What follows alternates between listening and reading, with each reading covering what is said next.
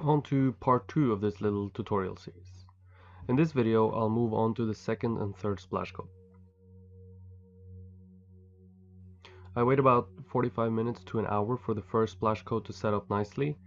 If I start applying the second coat too fast, the first coat can crack as it's pretty thin and fragile. For these coats, I'll mix up a thicker mix, more like a thick cream or thin cake batter maybe. These layers are for building strength first and foremost, and to even out the surface of the mold a bit, which helps the fiberglass lay down nicely in the next step.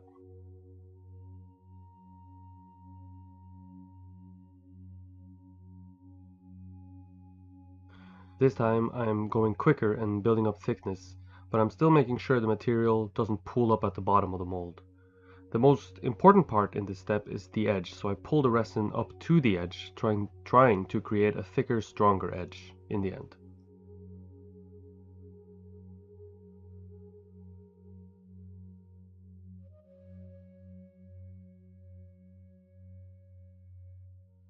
I'll be using a technique I haven't used before, where instead of letting the fiberglass ride above the edge of the mold and then cutting it back to the edge once dry, I'll apply the fiberglass up to the edge, and hopefully this will make for less cleanup, but it will also make for a weaker edge until I put the two halves of the mold back together and the fiberglass over the seam, so that's why I'm building up strength.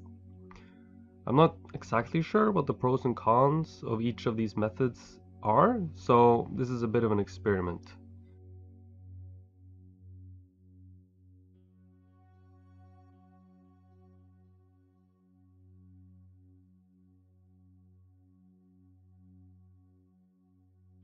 So another 45 minutes have passed and I'm on to the third coat.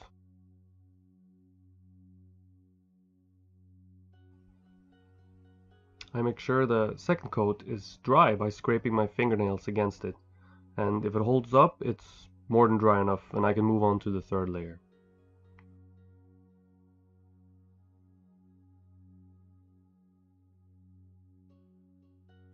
I'm not really sure 3 layers is necessary, but I'd rather be safe than sorry. I haven't used this particular brand before and I don't want to waste a ton of material, so I'm being extra careful and trying to make no mistakes.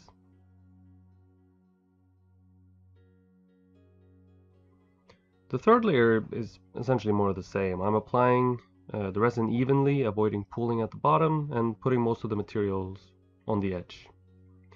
I'm also adding material onto sharp curves in the mold to help the fiberglass lay down and contact the surface of the mold as best as possible. Fiberglass usually doesn't like sharp curves and corners too much.